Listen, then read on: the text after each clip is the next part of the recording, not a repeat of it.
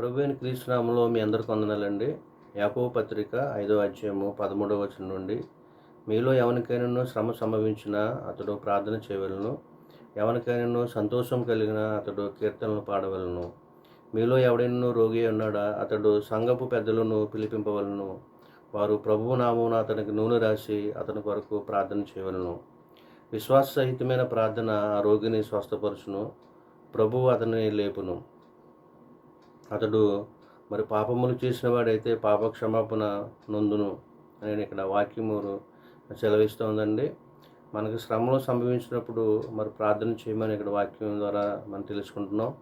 అలాగనే రోగి ఉన్నప్పుడు సంఘం యొక్క పెద్దలను పిలిపించి వారితో ప్రార్థన చేయమని ఇక్కడ వాక్యం ద్వారా తెలుసుకుంటున్నామండి.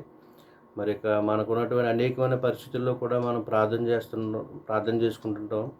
అయితే అది విశ్వాస సహితంగా ఉండాలని మనం తెలుసుకుంటున్నామండి. విశ్వాసంతో దేవుని మనం వేడుకున్నప్పుడు తప్పకుండా మన మనవులను దేవుడు ఆలకించనై ఉన్నాడండి.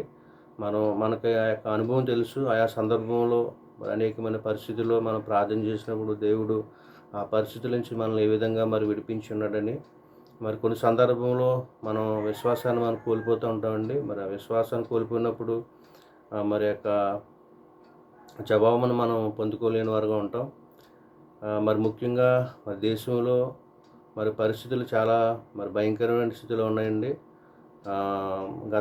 గడిచినటువంటి 2 వారాల్లో ఒక లేడీ ట్రైనీ డాక్టర్ మీద ఒక భయంకరమైన అఘాయిత్యం జరగటం జరిగింది. దేశవ్యాప్తంగా అయితే నిరసనలు జరుగుతున్నాయండి. ఆ కుటుంబానికి మంచి న్యాయం జరగాలని ఎంతగానో ప్రార్థనలు చేస్తూ ఉన్నారని చేశాను. న్యాయ వ్యవస్థల ద్వారా మంచి న్యాయం జరగాలని ప్రార్థన ద్వారా వేడుకుందామండి. ప్రార్థనే మనకు విజయాన్ని కలుగజేస్తుంది. ఆమేన్.